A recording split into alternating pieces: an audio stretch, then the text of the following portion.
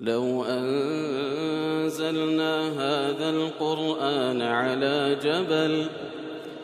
لو أنزلنا هذا القرآن على جبل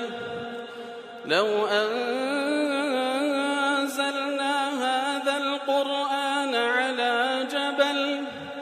لو أنزلنا هذا القرآن على جبل لرأيته خاشعا متصدعا من خشية الله وتلك الأمثال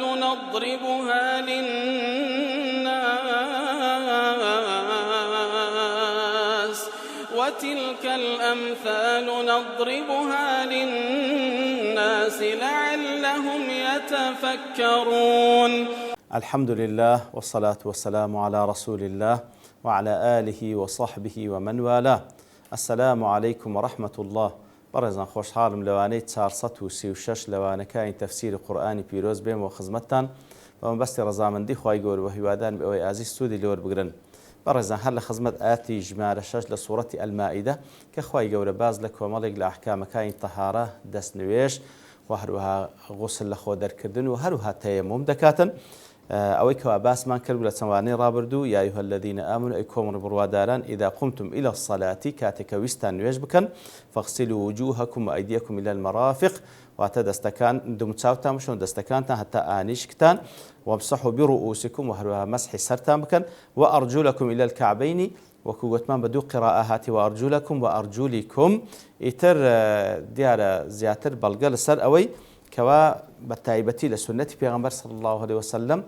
بەوەی کە پێویستە پێیەکان بشوورێ وەکو لەوانەی ڕابردوو تەفسیلمان پێدا هەندێک لە زانایانی تر دەڵێن المراد بقراءة الجر طبعا بقراءة نصب أو هیچ إشكال تێدا نیە بەوەی کەوا عەطفە لەسەر وجه و یەدەکەی بەوەی کەوا ئەوش پێویستە بشوورێ بەڵام با بڵێن ئیشکال لە قراءەی جەڕەکەی هەیە وأرجلكم کەوا زیاتر عولەماوایان لێکدا مادام جیرانە لەگەڵ مەسحی سەر کەوا مەسحی سەر مەجروورە لێ ئەویش جەڕ ئەگەنا حکمەکەی هەر غەسلە هەندێک لە زانات کە دەڵێن المراد بقراءة الجر مەبەست لە قراءەکەی کەوا بە جەر دەخوێندرێتەوە وأرجلكم المسح ڕاستە مەسحە ولكن الرسول صلى الله عليه وسلم بين أن ذلك لا يكون إلا على الخف دەڵێن ڕاستە باس لە مەسح دەکا بەڵام ئەو مەسحە لێرەدا مەبەست وەکو پێغەمبەر صلی الله عليه وسلم دیار دەکا مەسح لەسەر خوفین طبعا ئەوەش مۆزوعەکە مسح على الخفين يكره سنتكاني پیغمبر صلى الله عليه وسلم كاتكوا خفي لپی بوا خف وكو غوريويه لپی دكريتن كوا وكو زانان دا فرمون شرطي اوي كوا هندا استور بكبتوان لسري بروي بي بروي بهر حال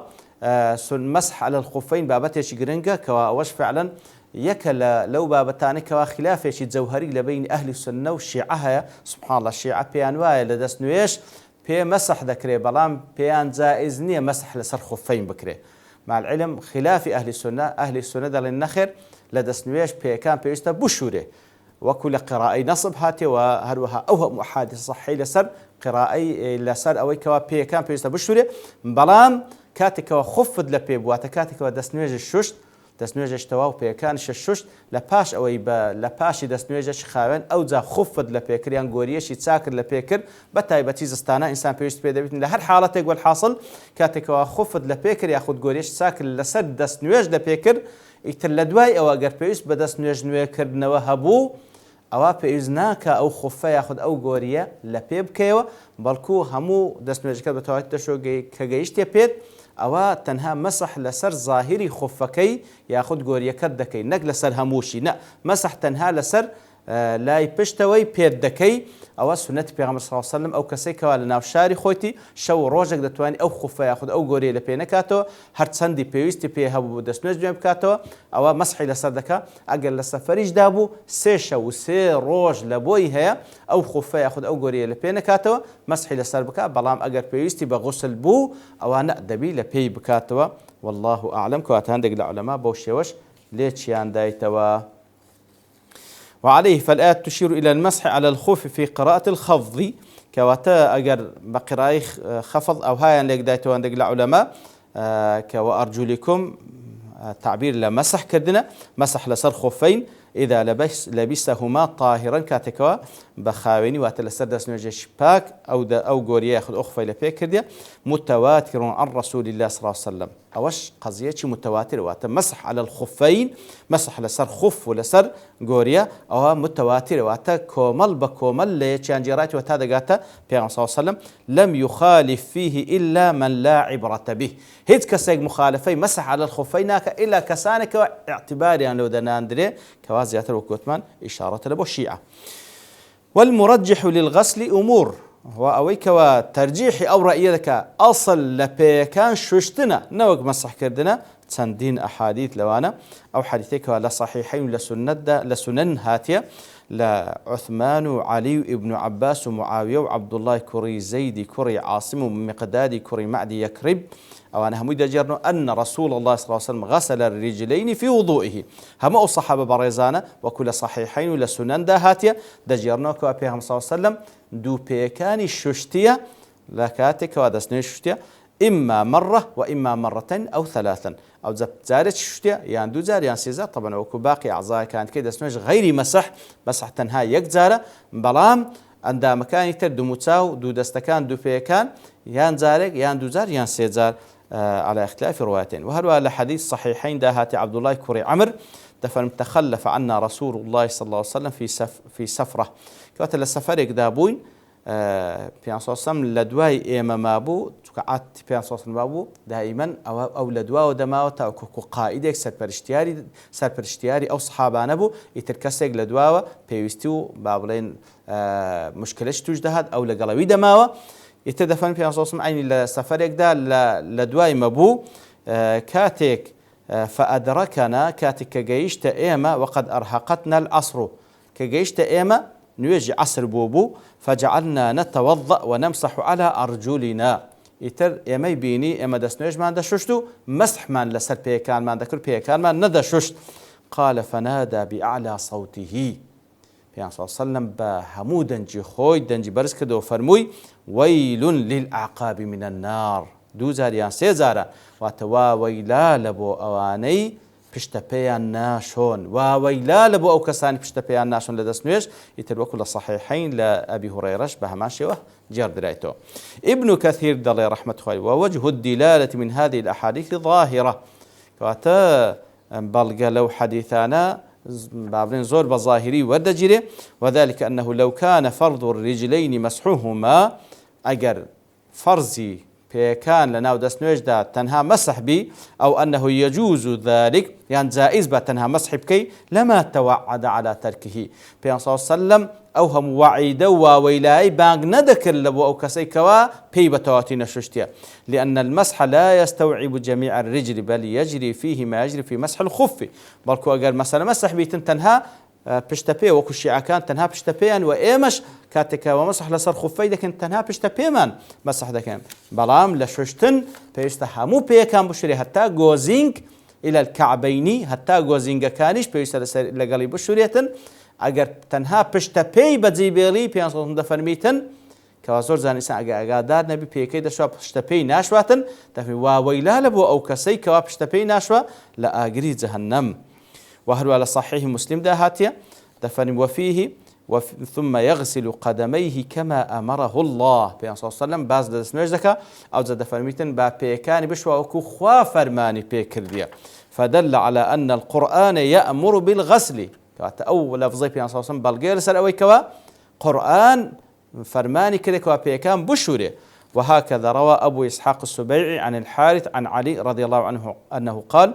اغسلوا القدمين إلى الكعبين كما أمرتم كواتلوين دجد فرمي بيكان تا غوزينغ تانيش بشون هر وكو فرمان تان بيكرايا ما بستي لقرآن بيروزا إتر بالي خوشوستان أو هندا باسي دست نويجا وكو لحديثي بيغمبر صلى الله عليه وسلم ذات الروني دكاتوا لو حديثي كوا إمام بخاري ومسلم وأهل النسائي وأبو داود وإمام أحمد لابن أبي مليكة دجرنوا كوا دلي رأيت عثمان بن عفان رضي الله عنه ديتم عثمان كري عفان خوالي رازبي سئل عن الوضوء برسال لكرا درباري تونتي دسنو ششتن فدعا بماء بعملي نشانيان دا سبحان الله فرمي لوبينن فأتي بميضأة واتا بابن قابيك أو كوا بيشتري دسنو جان بيدا ششت هەندێ ئاوێن لە ناو تەشتێک لە بۆ هینە فسكب على يمينه فغسلها هەندێک ئاوەکەی بەسەر دەستە ڕاستی کرد شوشتی ثم أدخل يمينه في الإناء أو زاد دەستە ڕاستی لەناو قاپەکە و تەشتەکەنە فغسل كفيه إلى الكوعين ثلاثا دوو دەستی یەکەم جار شوش هەتاوەکو مەچەکی سێ جاران دوو دەستی شوش ثم أدخل يمينه في الإناء فتمضمض ثلاثا أو زە پاشان دەستی دیسان دەستی ڕاستی لەناو تەشتەکەی ناو سێ جاران ئاوی لە دەوی وەردا واستنشق واستنثر ثلاثا پاشان سێ جاران ئاوی لە کەپووی وەردا و فڕیدا و سێ جاران ثم غسل وجهه ثلاث مرات پاشان دوو دەستی طبعا دوو موچاوی شوشت بەو شێوەی سێ جاران ثم غسل يده اليمنى إلى المرفق ثلاث مرات پاشان دەستە ڕاستی شوش هەتاوەکو ئانیشتی سێ جاران ثم غسل يده اليسرى مثل ذلك پاشان دەستە چەپیشی بە هەماشەوە سێ جاران شوش هەتاوەکو ئانیشتی ثم أدخل يده فأخذ ماء فمسح برأسه وأذنيه کەواتە ئەوجا دەستی لەناو ئاوەکەناو پاشان بەدەستی تەڕ مەسحی سەری کرد و هەروە دوو جوێیەکەشی مەسح کرد فغسل بطونهما وظهورهما مرة واحدة واتە مەسحی جوێیەکانی لای دەرێ و لای ژوورێ کرد یەک جاران طبعا مەسحی سەر و مەسحی دوو جوێیەکان ثم غسل رجله اليمنى إلى الكعبين ثلاث مرات أو پێی ڕاستی شوش هەتاوەکو گۆزینجیشی شوش سێ جاران ثم غسل اليسرى مثل ذلك پاشان پێی چەپیشی بە هەماشەوە ثم قال أين السائلون عن الوضوء ئەوجا فەرمووی کە ئەوانەی کەوا پرسیار دەکەن دەربارەی دەستنوێژ هكذا رأيت رسول الله صلى الله عليه وسلم يتوضأ بەو شێوەیە بینیتم پێغەمبەر صلى الله عليه وسلم دەستنوێژ دەشوا هەل لەسەر فەزلی دەستنوێژ لە حەدیثێکەوە ئیمامی مسلم ڕواتی کردیە عوثمانی کوڕی عەفان دەجێڕتەوە پێیان صلی الله عليه وسلم دەفەرمی من توضأ فأحسن الوضوء هەر کەسێک دەستنوێژی شوشت بە دەستنوێژێکی پاک و ڕێک و پێک خەرەجەت خەتایاه من جەسەدی ئەوە گوناه و تاوانەکان لە لاشەی دەردەچی حتى تخرج من تحت أظفاره سبحان الله هەتاوەکو دەفەرمی ئەوجا لە بنی نۆکانیش چ گوناه هەیە دەردەچی بەڵێ ئەوە باسی دەستنوێژە وأرجلكم إلى الكعبين وإن كنتم جنبا فطهروا ئەگەر جەنابەتتان لەسەر بوو فطهروا ئەگەر جەنابەتتان لەسەر بوو ئەی بخروج منی أو التقاء ختانين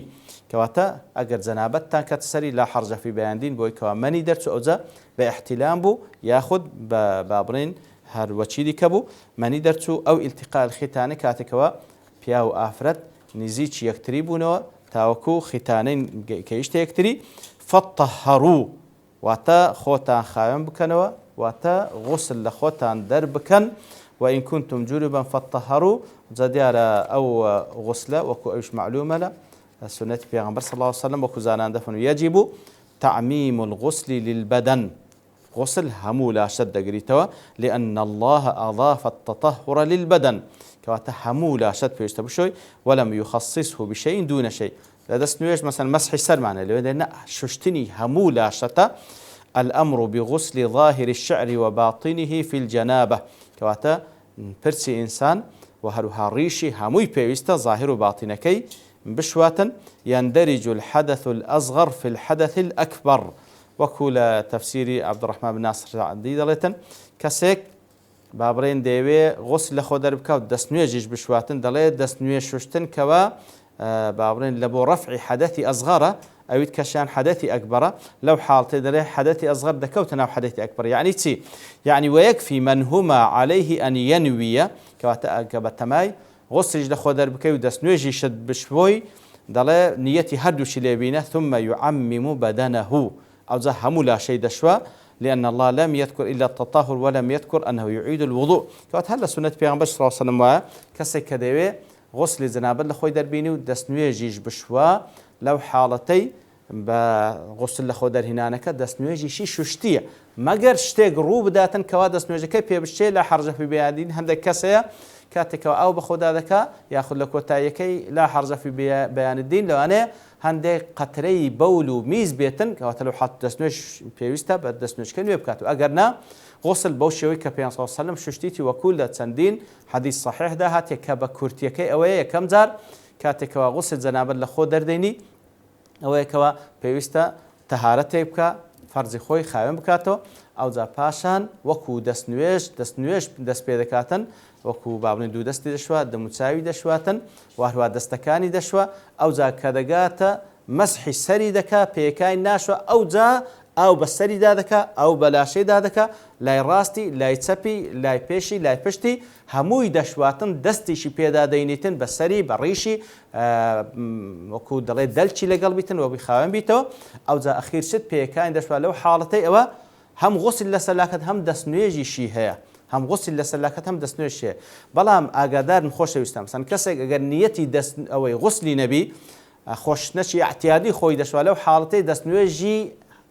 دەستنوێژی نییە پێویستە دەستنوێژ بشواتن بە تایبەتی ینی فەرقی هەیە بەڕاستی کەسێکەوە نیەتی غوسلی هەیە ئەوە نیەتی دەستنوێژی لەگەڵ دەردەچیتن بەڵام ئەگەر بەس خۆشنەشی ئاسایی بیتن لەو حاڵەتەی کە خۆشنەکەیتەوە بوو دەستنوێژی نییە پێویستە دەستنوێژ بە لەوەی نیەت دەور دەبینیتن لەو حاڵەتەی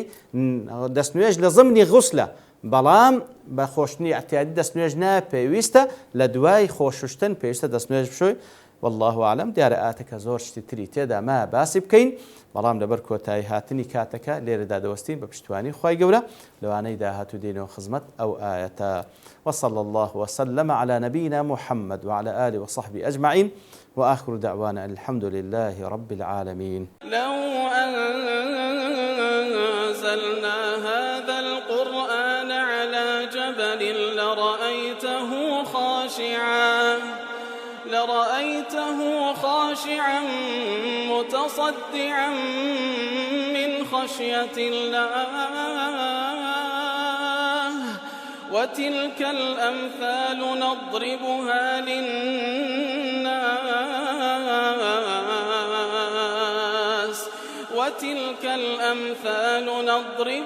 للناس لعلهم يتفكرون